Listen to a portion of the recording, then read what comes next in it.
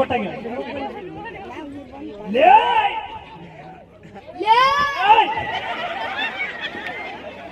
ಏನ್ ಯಾರ ಕಡೆ ಸೌಂಡ್ ಬಂದು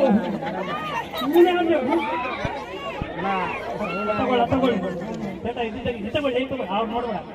ನಾನು ನೋಡ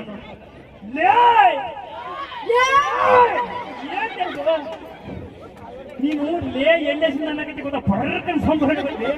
ಕರೆಕ್ಟ್ ಅಂದೆ ಡೈಲಾಗ್ ಮತ್ತೆ ಅದು ಲೇ ಬಾಯಲ್ಲಿ ಬರೋದು ಇನ್ನು ಲಕ್ಷದ ಲೇ ಬರಕತ್ತೈತೆ ನಾನು ನೋಡಿ ಕರೆಕ್ಟ್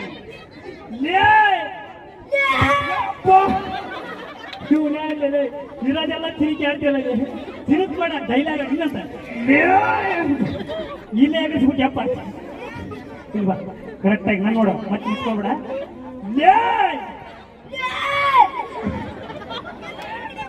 ಹಾ ಓಕೆ ಕರೆಕ್ಟ್ ಅಂದ ಈಗ